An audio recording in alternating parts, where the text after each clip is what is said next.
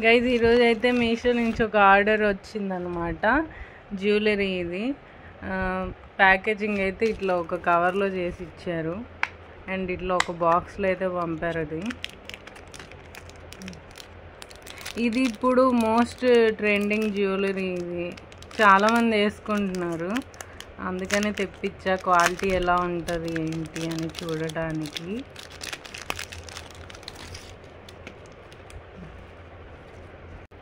So ఇది product అన్నమాట.